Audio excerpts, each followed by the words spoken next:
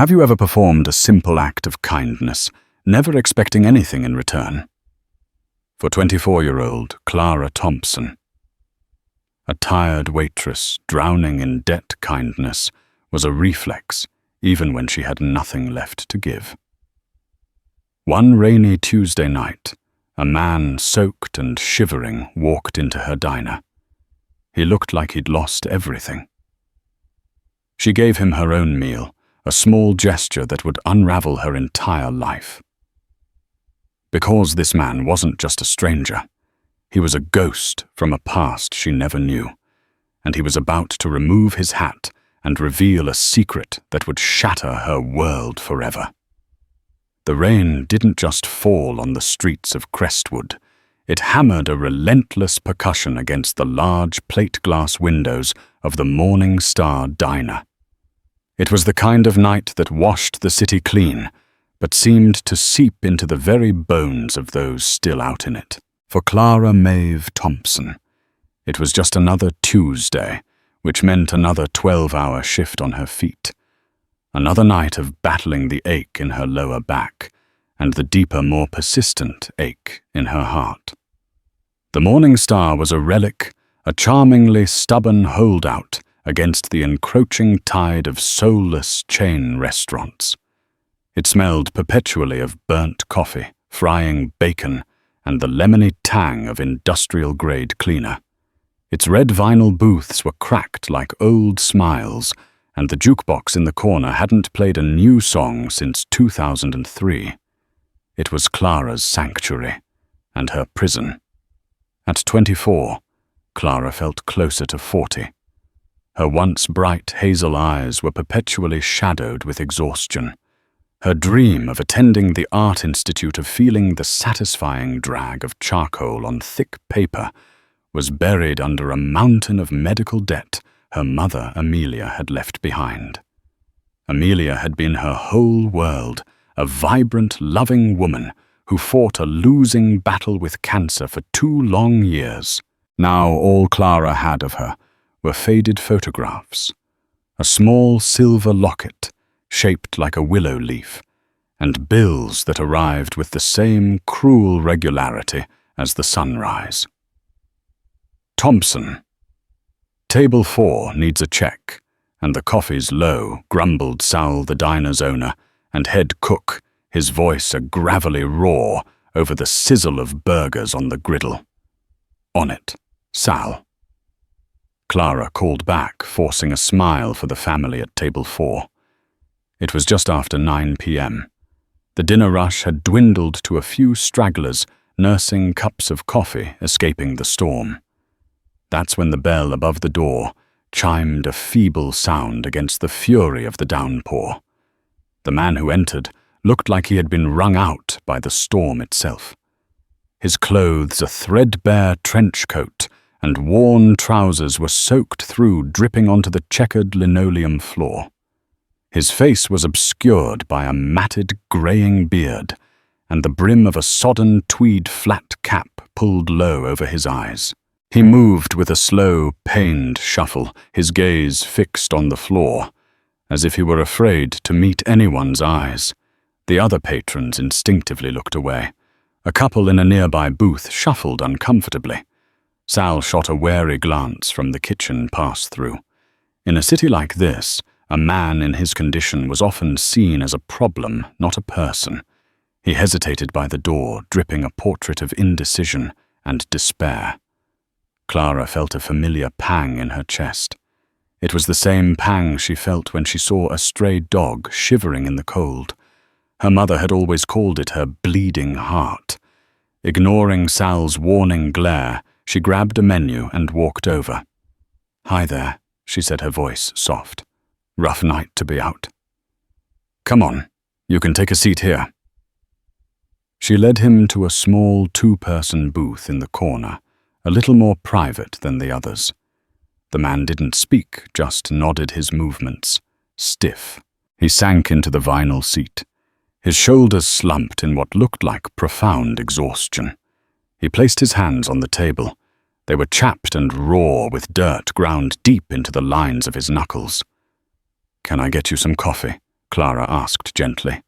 "It's fresh and hot." He finally looked up, and for a second, Clara saw his eyes beneath the cap's shadow. They were a startlingly clear, intelligent blue, but clouded with a deep, weary sadness. He gave a slight, almost imperceptible nod.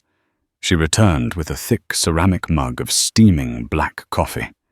He wrapped his raw hands around it, letting the warmth seep into them. He still hadn't said a word. "Anything to eat?" Clara prompted. "The special tonight is meatloaf. It's Sal's meatloaf." She gave a small, self-deprecating smile. The man's eyes flickered to the menu, then back to his hands. He shook his head, a gesture so full of shame it felt like a physical blow. He didn't have any money. It was obvious. Clara's shift was ending in an hour. Her own dinner, a packed sandwich, and an apple was waiting for her in the break room. She hadn't had a chance to eat it yet. She made a decision. "You know what she said," her voice conspiratorial. "Sal made way too much meatloaf tonight. He's going to make me throw it out if no one eats it. He hates waste, but he's too proud to admit he miscalculated. Would you be doing me a huge favor and helping me out with a plate?" It was a clumsy lie, but it was padded with kindness. The man looked at her, his blue eyes searching her face, trying to discern the truth. He saw no pity there, only a genuine offer. He nodded again, slowly. A few minutes later, she returned with a heaping plate of meatloaf, mashed potatoes, swimming in gravy and green beans. She placed it in front of him, along with a glass of water. "Enjoy," she whispered, before turning to attend to another table. From the corner of her eye, she watched him. He ate with a slow, deliberate hunger, as if he hadn't had a proper meal in days. He didn't devour it like a starved animal, but savored each bite with a sort of quiet dignity that seemed at odds with his appearance. He finished the entire plate, then sat nursing the coffee, staring out at the rain-streaked window. When it was time for Clara to clock out, the man was still there. She approached his table, her bag slung over her shoulder. "I'm heading out," she said. "You're welcome to stay until Sal closes up at 10. It's still coming down pretty hard out there." He looked up at her again. For the first time, his lips chapped and pale moved to form words. His voice was raspy from disuse, but carried a low, cultured timbre that surprised her. "Thank you," he said. Just 2 words, but they were imbued with a sincerity that made Clara's breath catch. "You're welcome," she replied, her smile genuine. "Take care of yourself." As she walked toward the door, he spoke again. "Miss," she turned.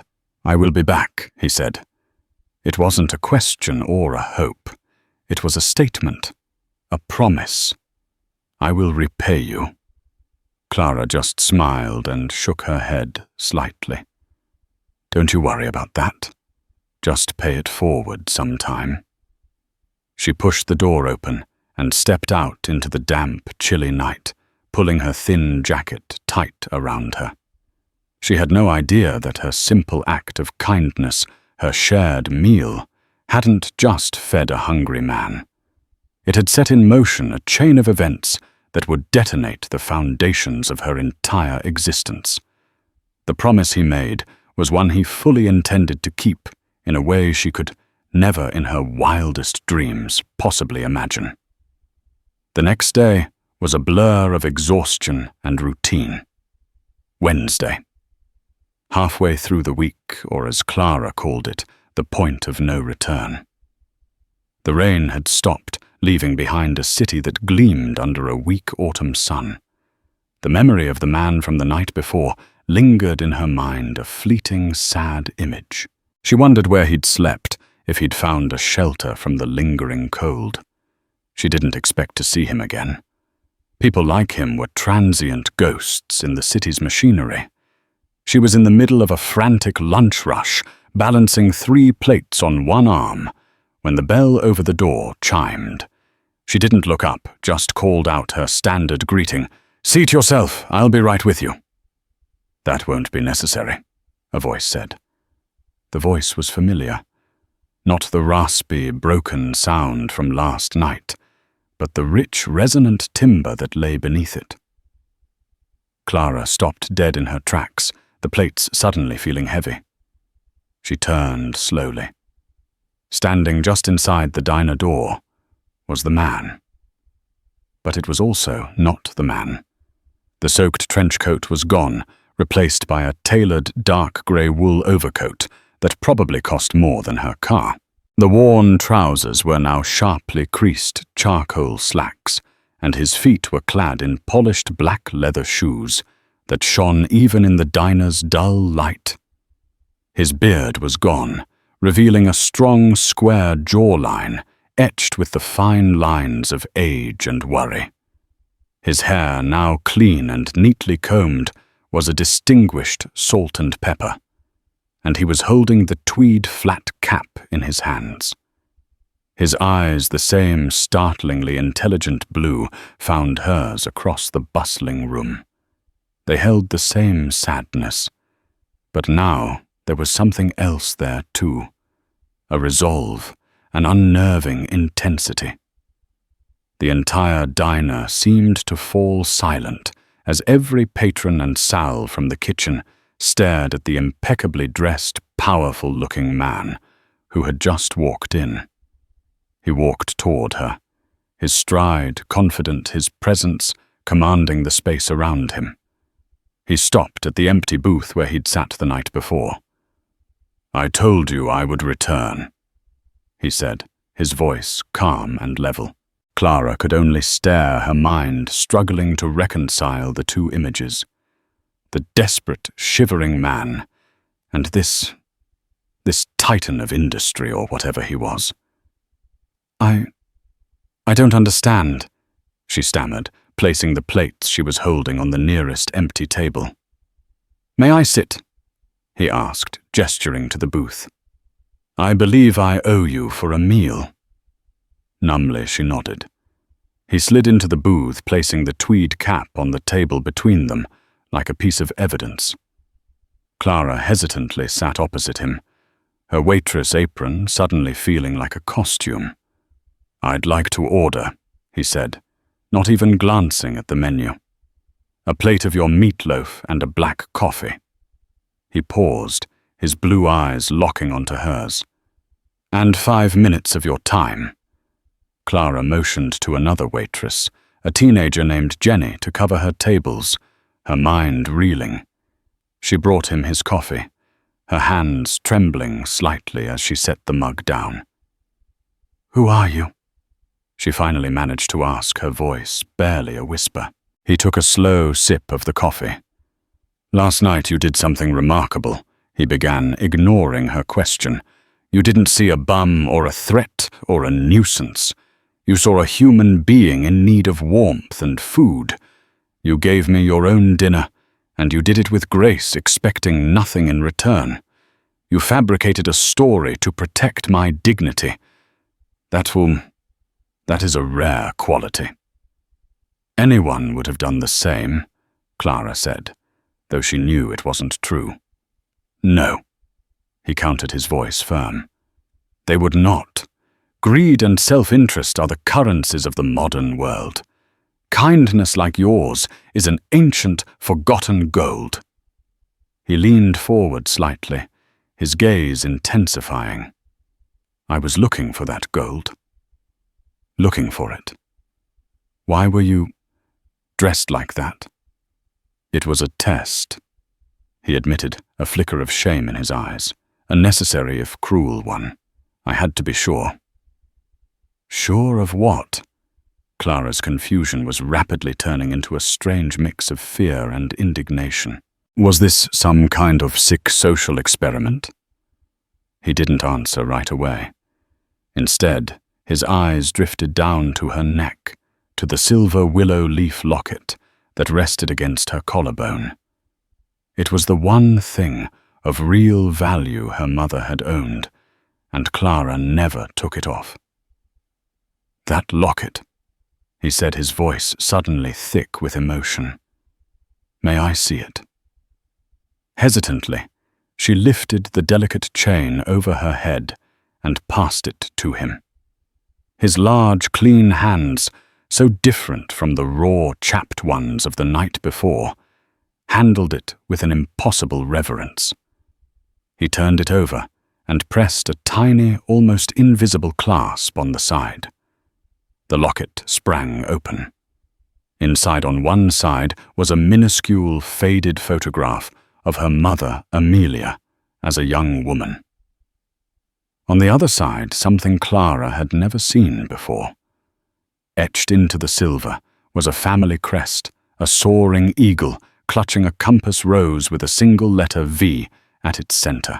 My mother gave this to me, Clara said, her voice defensive. She said it was from her family.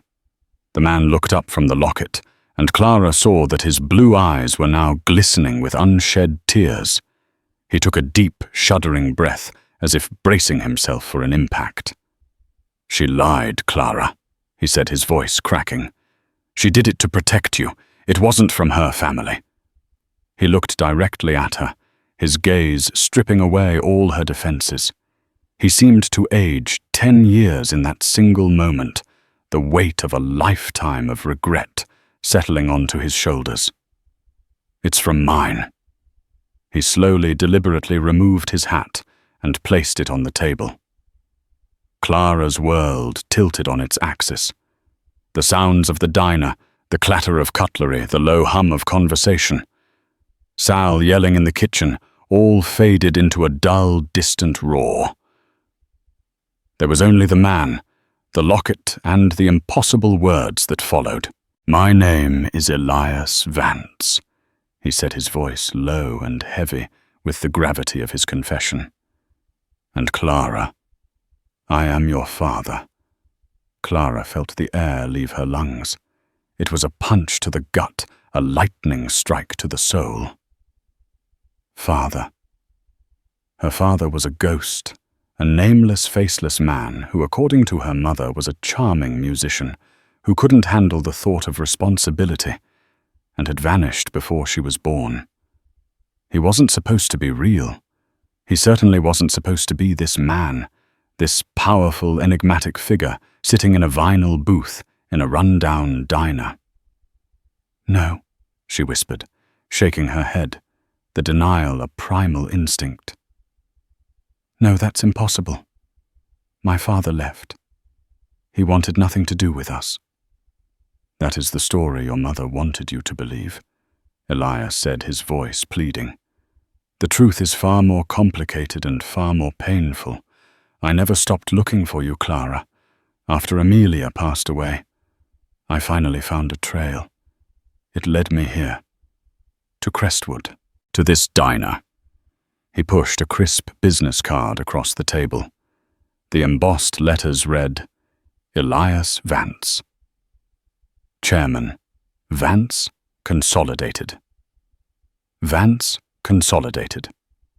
The name was vaguely familiar. A global behemoth in logistics technology and real estate. A name whispered in financial news, synonymous with staggering wealth and power. A name that had absolutely nothing to do with her life of unpaid bills and microwave dinners.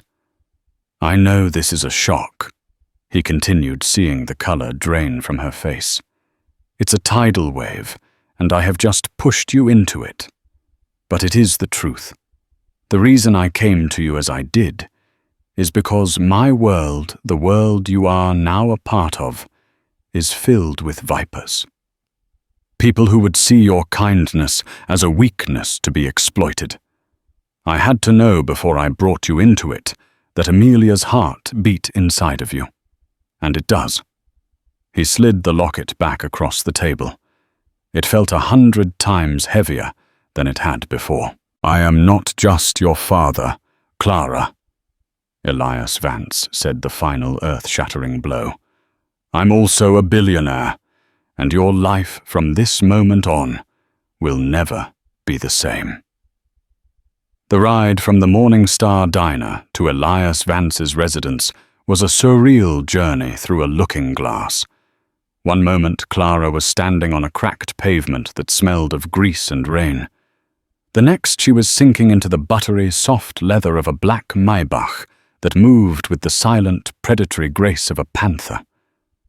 The city she knew, a patchwork of brick buildings, graffiti-kissed alleyways, and struggling storefronts, morphed into a landscape of gleaming glass towers and manicured parks. She hadn't said a word since leaving the diner. Her mind was a maelstrom of shock anger and a terrifying, fragile flicker of hope. Her father. A billionaire. The words were alien, impossible concepts that refused to coexist with the reality of her life. She clutched her worn canvas backpack on her lap, a pathetic anchor to the world she understood. Elias sat opposite her, giving her the space she clearly needed.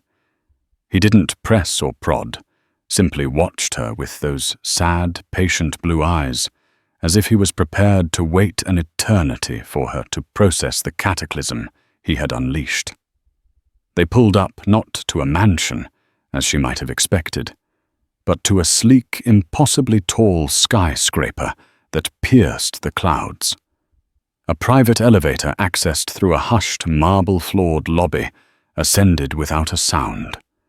When the doors opened, they stepped directly into his home. The term penthouse felt woefully inadequate. It was a palace in the sky, floor-to-ceiling windows wrapped around the entire space, offering a breathtaking, godlike panorama of the city below. The furniture was minimalist and elegant. The art on the walls was museum quality, and the silence was so profound it felt like it had a physical weight. "This is where you live?" Clara asked, her voice small. "This is one of my residences, yes?" Elias replied, his tone gentle. He gestured toward a sitting area with sprawling white sofas. "Please, sit. We need to talk." A woman in a crisp grey uniform appeared as if from nowhere, offering them water in delicate crystal glasses. Clara took one, her calloused waitress's fingers feeling clumsy and foreign against the fine-cut glass. Elias sat across from her, his powerful frame seeming to relax for the first time. "Clara, I know you have a million questions, and you have every right to be angry with me. You deserve the truth. All of it." He began to speak, and the story that unfolded was nothing like the simple tale of abandonment her mother had told her. He and Amelia Rosewood had met in college. He was the heir to the Vance fortune. She was a brilliant, fiery art history student on a scholarship. They fell deeply, madly in love. But his father, Corbin Vance, was a ruthless, domineering patriarch who ruled his family and his company with an iron fist. Corbin saw Amelia as a threat, Elias explained, his voice laced with old pain. She wasn't from the right family, didn't have the right pedigree. She had a mind of her own, and she encouraged me to think for myself, to dream of a life outside of my father's shadow. He saw her as a poison he had to eliminate. When Amelia became pregnant, Corbin Vance delivered an ultimatum. Elias could either leave Amelia, allowing the Vance family to provide a discreet but generous settlement to ensure she and the child disappeared forever, or he could stay with her and be utterly cut off, disinherited, blacklisted, and with the full weight of the Vance empire used to crush any chance he or Amelia had at a normal life. Corbin even threatened to ruin Amelia's parents, who owned a small bookstore. "I was a coward," Elias said, his voice dropping to a raw whisper. "I was 21 years old, and I had been raised to believe that the family, the legacy, was everything. I thought I could reason with him. I thought I could find another way. I asked Amelia for time. She saw the choice I was already making. She told me she would not be a dirty secret, and that her child would not be born into a world of shame and ultimatums. And so Amelia had disappeared. She left no forwarding address, changed her name, and vanished completely, taking their unborn child with her. She did it to protect her daughter from the toxic, gilded cage of the Vance family, and to spare her the pain of having a father who had, in the moment of greatest crisis, chosen legacy over love. Elias had spent years searching for her, first in secret defiance of his father, and then openly after Corbin's death. He had poured millions into the search, but Amelia had covered her tracks too well. It wasn't until a private investigator, after years of dead ends, found a recently closed probate case for an Amelia Thompson, formerly Rosewood, that Elias finally found his daughter. "Your mother was a proud, brilliant woman," Elias finished, his eyes shining. "She gave you a life free from my father's poison. But it cost you. It cost you everything. And I have lived with that regret every single day." Clara listened, her anger slowly being replaced by a profound, aching sadness. Her mother had carried this burden alone, crafting a simpler, kinder lie to protect her. She hadn't been abandoned. She had been saved. As if on cue, a new voice, sharp and laced with ice, cut through the emotional haze. "Well, isn't this a touching little reunion?" A woman stood in the archway, leading to another part of the penthouse. She was impeccably dressed in a severe designer suit, her blonde hair styled in a flawless, unmoving coif. Her face was a mask of cold beauty and thinly veiled disdain. Behind her stood a young man in his late 20s, handsome in a slick, predatory way, with a smirk playing on his lips. "Clara," Elias said, his voice hardening as he stood up. "This is my wife, Beatrice, and her son, my stepson, Julian Sterling. Beatrice DeWitt." Vance surveyed Clara from head to toe, her eyes lingering on Clara's faded jeans and worn-out sneakers. The look was a physical violation, a silent, brutal judgment. "So this is it," Beatrice said, her voice dripping with condescension. "The long-lost waif from the diner. Elias, have you completely lost your mind? Bringing this person here?" "Beatrice, that is enough," Elias warned, his tone deadly serious. "Clara is my daughter. She will be treated with respect in this house." Julian stepped forward, extending a hand to Clara, his smile not reaching his cold, calculating eyes. "Julian Sterling Vance, it's a pleasure. So you're the family skeleton. We've heard whispers about you for years. It's quite something to finally see you in the flesh. Dad's little indiscretion." Clara flinched at the word indiscretion. She didn't take his hand. "Julian," Elias snapped.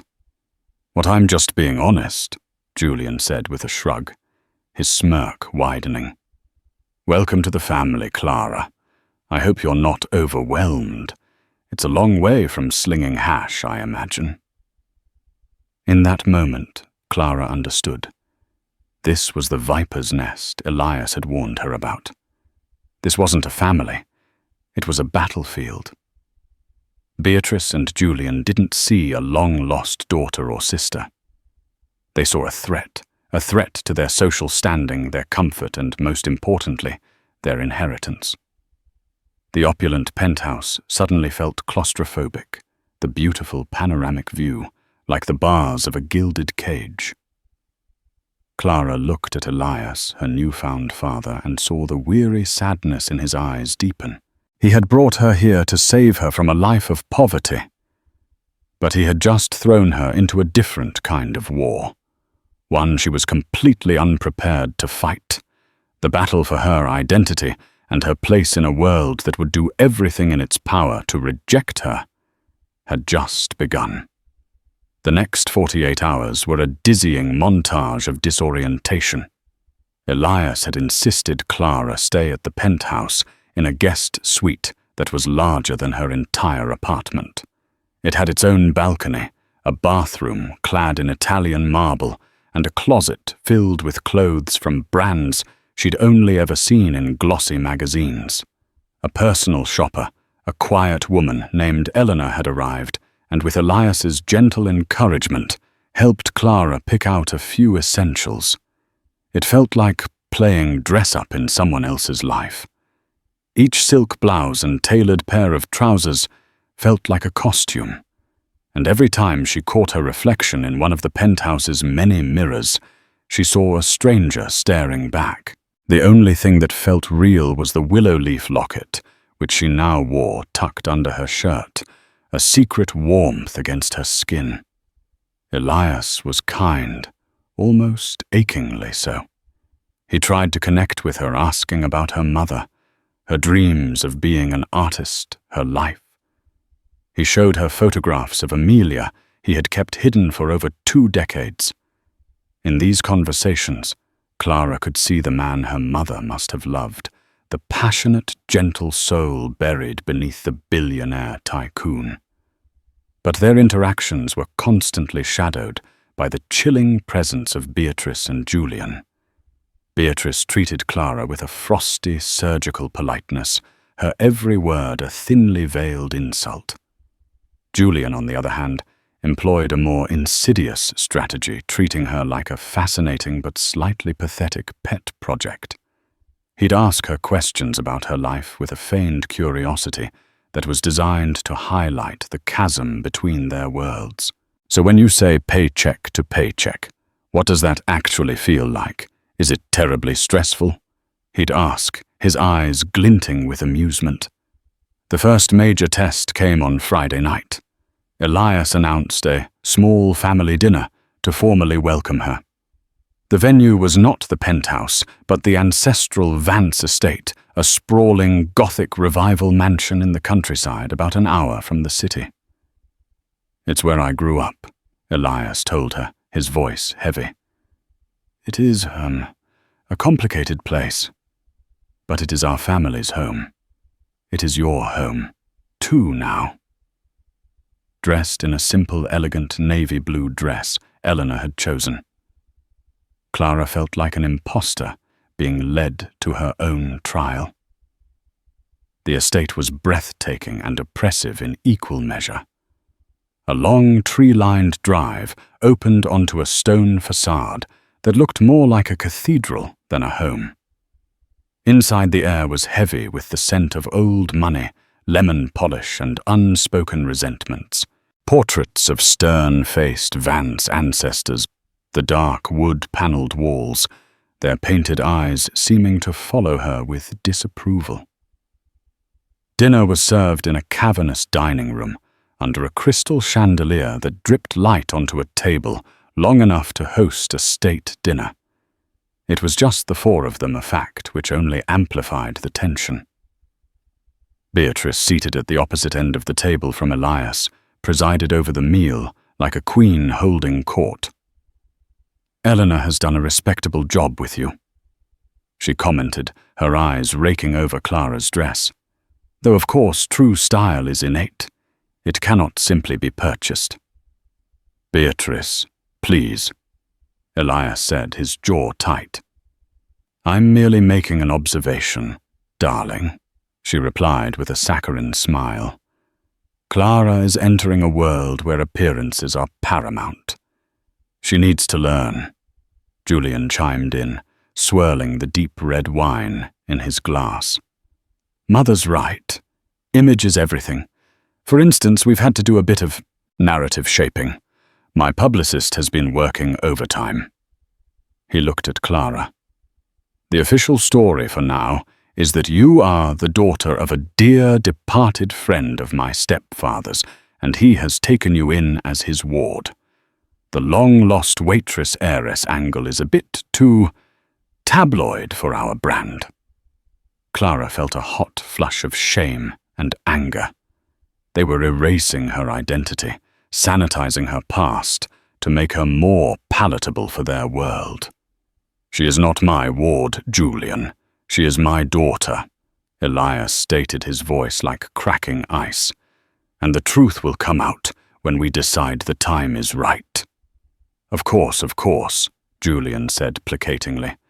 "But we must be strategic.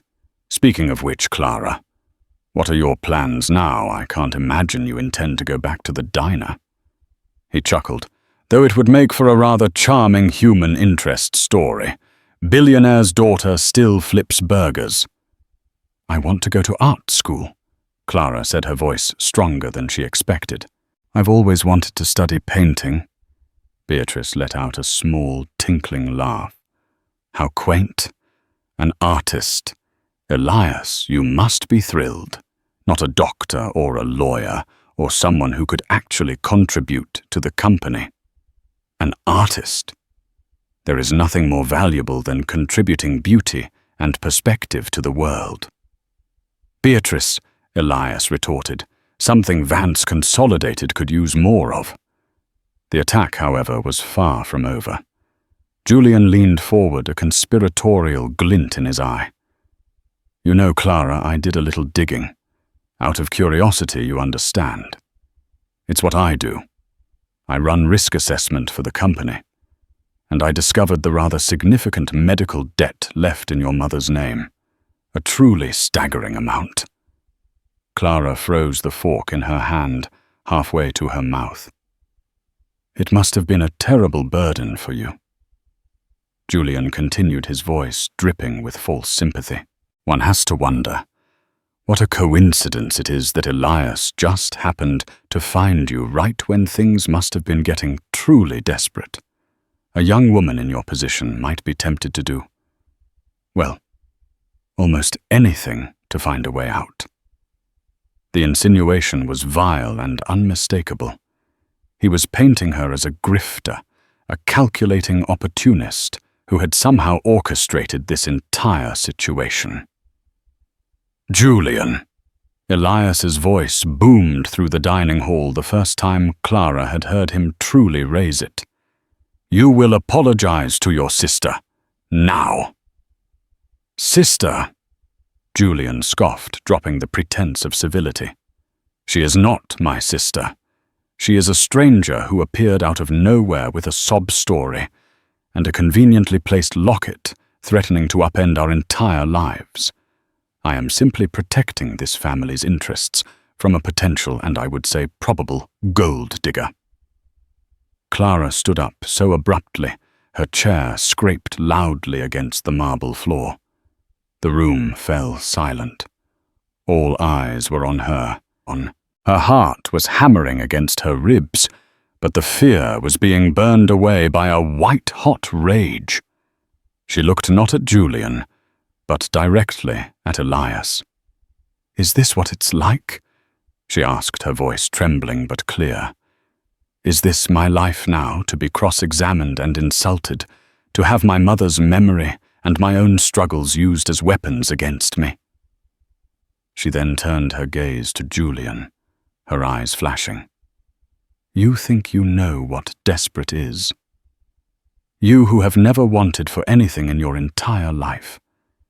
You have no idea what it feels like to watch the person you love most in the world fade away, and then have to choose between buying groceries and paying for the medicine that might have given them one more day. You know nothing about me, and you are not fit to speak my mother's name." Without waiting for a response, she threw her napkin onto the table, turned and walked out of the dining room, her footsteps echoing in the cavernous, hostile silence. She didn't know where she was going, only that she had to get out of that room, away from the vipers and their gilded cage. She had survived poverty and grief with her dignity intact. She was beginning to wonder if she could survive wealth and family with the same. Clara found her way to a dark, book-lined study and sank into a leather armchair, her entire body trembling with adrenaline and rage. The confrontation had drained her, but it had also ignited something within her, a spark of defiance she thought had been extinguished by years of hardship. She would not be their victim. A few minutes later, Elias entered the room, his face a mask of fury and regret. "Clara, "I am so sorry," he said, his voice heavy. "What Julian did was despicable. There is no excuse." "He thinks I'm a fraud," Clara said, her voice flat. "He thinks I'm here to take your money." "Julian is blinded by greed and fear," Elias replied, sitting on the ottoman in front of her. "He has always seen his position as his birthright. He sees you as a threat to that. I have failed him as a stepfather. I indulged him too much, allowed Beatrice to mold him. But that is my failure, not yours. You do not have to endure his poison." "I don't know if I can do this," she confessed, looking around the opulent room. "This world, it feels like it's trying to swallow me whole. Maybe your father was right. Maybe I don't belong here." "Don't ever say that," Elias said fiercely, his blue eyes boring into hers. "You belong because you are my daughter. You are Amelia's daughter. Your strength, the fire I just saw in that dining room that is hers. That is what this family has been missing. Don't let them extinguish it." His words bolstered her, but the unease remained. Julian was not the type to back down after a single verbal skirmish. He had drawn his battle lines, and Clara knew the war was just beginning. She was right. The following week, Julian's campaign of sabotage began in earnest. It was subtle at first. A society blog published a blind item about a major city billionaire who had taken in a mysterious charity case with a dubious past, hinting at financial troubles and opportunism. It was vague, but the details were close enough to be unmistakable to anyone in their circle. Then things escalated. Clara had insisted on going back to her apartment to collect her things, including her art supplies and her mother's photographs. Elias had sent a car for her. When she returned to the penthouse, she received a frantic call from Sal, the owner of the Morning Star diner. "Clara, what the hell is going on?" he yelled into the phone. "I just had a health inspector show up. Anonymous tip. They're crawling all over the place, threatening to shut me down. They said the tip mentioned an employee with unhygienic personal circumstances who was mishandling food. They were asking about you." Clara's blood ran cold.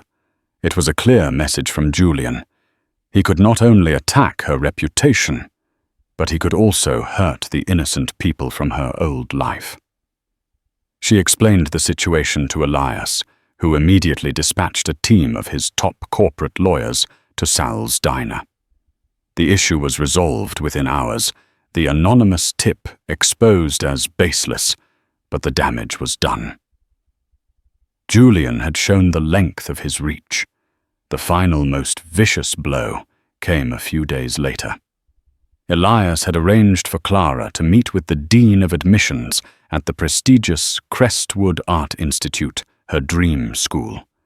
He wanted to set up a scholarship fund in her mother's name and secure Clara a place in the upcoming semester.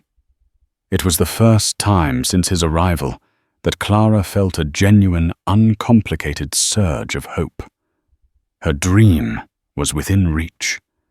She was in the penthouse library, sketching in a new pool Elias had bought her when he walked in, his face pale and grim. He was holding a tablet. "Clara," he said, his voice strained. "There is something you need to see." He showed her the screen. It was an article from a notorious city gossip site. The headline was explosive: "Vance heiress scandal. Was it a grift from the start? Waitress accused of stealing from dying mother."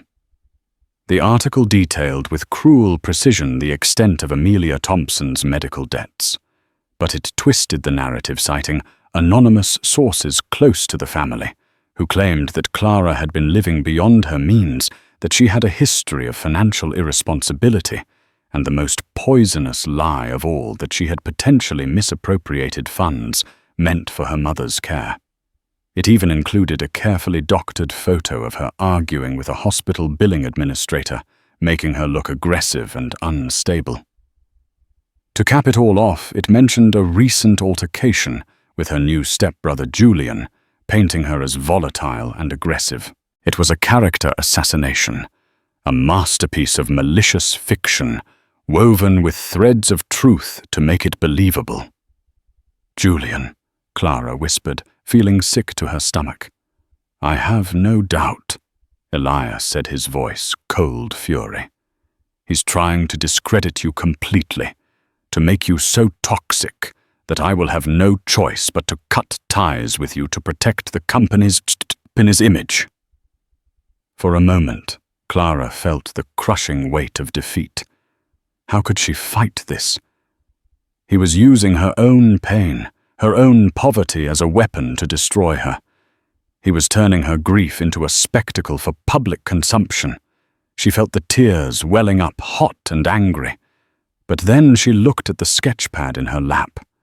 It was a drawing of her mother, smiling from memory.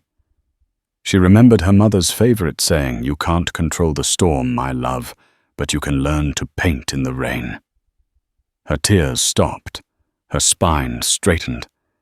She looked at Elias not with despair, but with a hard, unwavering resolve.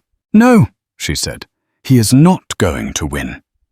Elias looked at her, a flicker of surprise and immense pride in his eyes. "What do you have in mind? He thinks he can control the narrative," Clara said, her mind racing. "He's using a gossip blog. You own one of the largest media conglomerates in the world, don't you? He wants to fight a war in the press." "Fine, let's give him one. But we're not going to fight with lies. We're going to fight with the truth. All of it." She took a deep breath. "I'll do an interview. A real one, with a real journalist. No more secrets about being your ward. I'll tell them everything. Who I am, where I come from, what my mother went through. I'll show them the hospital bills. I'll talk about what it's like to be poor in a system that's built to crush you. He wants to use my past against me. I'm going to own it. I'm going to turn his weapon into my shield." Elias Vance stared at his daughter. The timid, overwhelmed waitress from the diner was gone. In her place stood a woman of incredible strength and conviction, a woman who had inherited her mother's fire and her father's strategic mind. A true Vance. "All right," Elias said, a slow, determined smile spreading across his face. "Let's give him a war."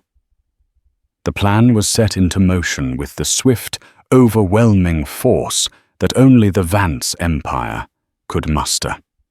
Elias didn't choose a friendly softball journalist. He contacted Meredith Vale, a notoriously tough Pulitzer Prize-winning investigative reporter known for her unflinching interviews that could make or break careers. If Clara was going to tell her story, it had to be unimpeachable. The interview took place not in the sterile opulence of the penthouse, but in Clara's old, cramped apartment. She insisted on it. She wanted the world to see the reality of her life, not the gilded cage she now inhabited. Surrounded by her own paintings, her mother's faded photographs and boxes, half-packed for a move that now felt uncertain. Clara sat opposite Meredith Vale and her camera crew. She didn't hold back. With Elias sitting just out of frame, a silent pillar of support, Clara laid her life bare. She spoke of her mother's love and her brutal illness.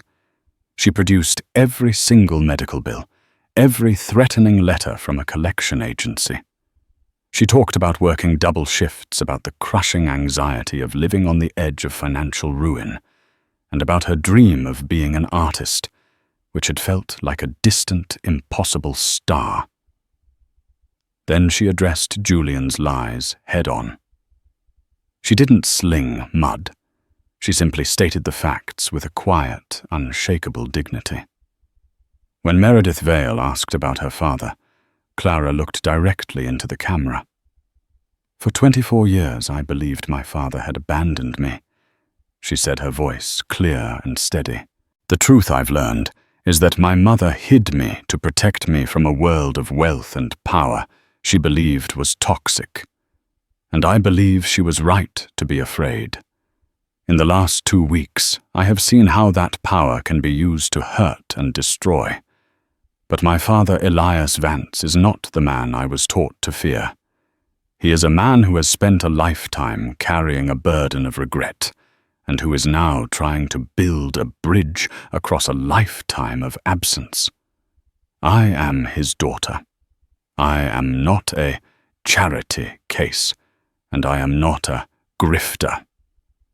I am Clara Maeve Thompson, and I am not ashamed of who I am, or where I come from. The interview aired as a prime-time special. The public response was immediate and overwhelming. Letters and emails flooded the network. Social media exploded with support for Clara. Her story of struggle, grief, and dignity resonated with millions. The narrative Julian had tried to craft of a conniving gold digger was shattered, replaced by the image of a courageous young woman standing up to a corporate bully. The gossip site that had published his lies was forced to print a full retraction after being threatened with a lawsuit of epic proportions from Vance Consolidated's legal team. Julian was furious, humiliated. Beatrice was apoplectic, horrified that their dirty laundry was now public knowledge. The Vance family brand, which they had tried so hard to protect, was now inextricably linked with the very tabloid story they had sought to avoid. But instead of damaging it, Clara's honesty had ironically humanized it. Elias knew, however, that a public victory was not enough. The poison was still within his own house. He called a family meeting. Not a dinner, but a formal convening in the main boardroom on the top floor of the Vance Consolidated Tower. The room was vast and intimidating, with a polished obsidian table that reflected the stormy sky outside. Clara sat to Elias's right. Beatrice and Julian sat opposite, their faces tight with fury. "This public circus has gone on long enough," Elias began, his voice dangerously calm. "Julian, your attempts to sabotage and discredit my daughter have not only failed, they have constituted a direct attack on this family and this company." "I was protecting us," Julian spat, his composure cracking. "From her. Do you have any idea what this has done to our reputation? She's made us a laughingstock, a soap opera." "On the contrary," Elias said, sliding a tablet across the table. "Our stock price is up 3% since the interview. Our public sentiment analysis is the highest it has been in a decade. People, it seems, respond to authenticity more than they do to your curated, sterile brand of perfection." He leaned forward, his eyes locking onto his stepson. "But this is no longer about public relations. It is about a foundational betrayal. I have known for some time that you have been making questionable risk assessments within the company, funneling funds to speculative ventures without full board approval, hiding losses through creative accounting. I had hoped you would mature, that you would grow into the responsibility I gave you." Elias paused, letting the weight of his words fill the room. "But your actions against Clara have shown me your true character. You are not a leader. You are a saboteur driven by jealousy and a bottomless sense of entitlement." He gestured to his personal counsel, who stood by the door. The lawyer stepped forward and placed a thick portfolio in front of Julian. "This is evidence of your financial malfeasance," Elias said coldly. "Enough to not only have you removed from the board, but to bring criminal charges, should I so choose. You have leveraged company resources to hire private investigators to stalk my daughter. You have used company connections to plant defamatory stories. You have crossed a line from which there is no return." Beatrice gasped. "Elias, you can't. He's your son. He is your son." "Beatrice, Elias corrected her, his voice devoid of heat. I gave him my name, my resources, my trust. He has repaid it with deceit and treachery. He looked at Julian, whose face had turned a pasty white. You have two options. You can tender your resignation from the board and every position within Vance Consolidated effective immediately, and accept a transfer to oversee our most remote shipping subsidiary in Anchorage, Alaska. Or I can hand this portfolio to the district attorney. The choice is yours. Julian stared, speechless. The trap was perfect. He was utterly, completely defeated. Then Elias turned to Clara. His expression softened. Clara, when your great-grandfather founded this company, he put a compass rose in our family crest. He said it was to remind us that wealth and power are not a destination. They are a direction. For too long, our family's compass has been pointing toward greed, toward self-preservation, toward legacy at the cost of humanity. Your mother knew it, and you in 2 short weeks have reminded me of it. He pushed a second portfolio identical to Julian's toward the center of the table. This represents a controlling interest in the Vance Foundation, our family's philanthropic arm. It has been under Beatrice's guidance, little more than a vehicle for tax benefits and vanity projects. I am removing her as its director, and I am offering the position and the power that comes with it to you. Clara was stunned. To me, I don't know anything about running a foundation. You know everything that matters, Elias countered. You know compassion. You know struggle. You know the value of a single act of kindness on a rainy night. I want you to reshape it, fund the arts, support healthcare for the underprivileged, create scholarships in your mother's name, point this family's compass back in the right direction, show them what a Vance can and should be. It wasn't a crown he was offering her. It was a compass, a chance not just to inherit a world, but to change it. Staring across the table at the defeated faces of her tormentors, and then at the hopeful, trusting face of the father she had only just found, Clara knew her answer. In the wake of the boardroom showdown, the Vance family was reshaped. Julian was exiled to a remote Alaskan subsidiary, his ambition effectively frozen out. Beatrice, stripped of her power, retreated into a frosty seclusion at the family estate.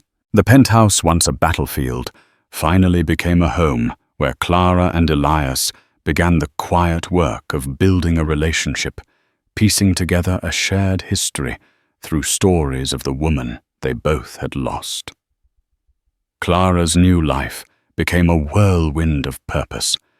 She enrolled at the Crestwood Art Institute, her hands perpetually smudged with paint and charcoal, finally living the dream her mother had cherished for her. At the same time, she took the helm of the Vance Foundation, not from a detached office, but from the ground. With Elias's proud support, she established the Amelia Rosewood Grant, turning her inheritance into a ladder for other struggling artists and funding the community clinics she knew so well. The culmination of her work came a year later at a charity gala, showcasing the first grant recipients. Standing at a podium, Clara found Elias in the front row, his eyes shining with a pride that eclipsed all the wealth in the room. Her speech was not that of a corporate heiress, but of a survivor. She spoke of how power is merely an amplifier. It can magnify cruelty, or it can magnify compassion. Our legacy, she declared, her voice ringing with conviction, is not written in stock prices, but in the lives we touch. Later, as the evening wound down, Elias joined her in the quiet gallery. Your mother would have been so proud of you, Clara, he said, his voice thick with emotion. Clara leaned her head on his shoulder, the gesture now easy and familiar. She'd be proud of you too, Dad, for finding your way back. Together they looked at the vibrant art born from the legacy they were now building. Clara Thompson, the waitress from the Morning Star diner, had finally found her true inheritance. It wasn't the billions in the bank. It was the purpose she had forged, the art she would create, and the father who had crossed a lifetime of regret to finally come home.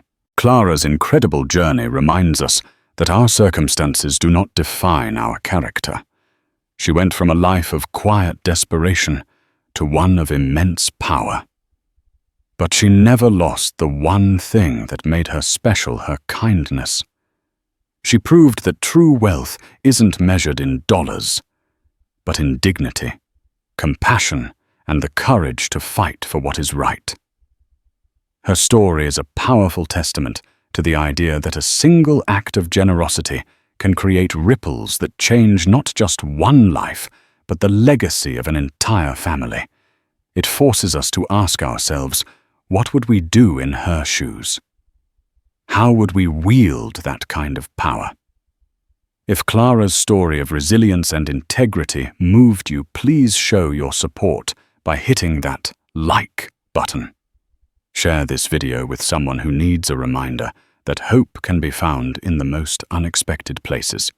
And don't forget to subscribe and turn on notifications so you won't miss our next unforgettable real-life story. Thank you for listening.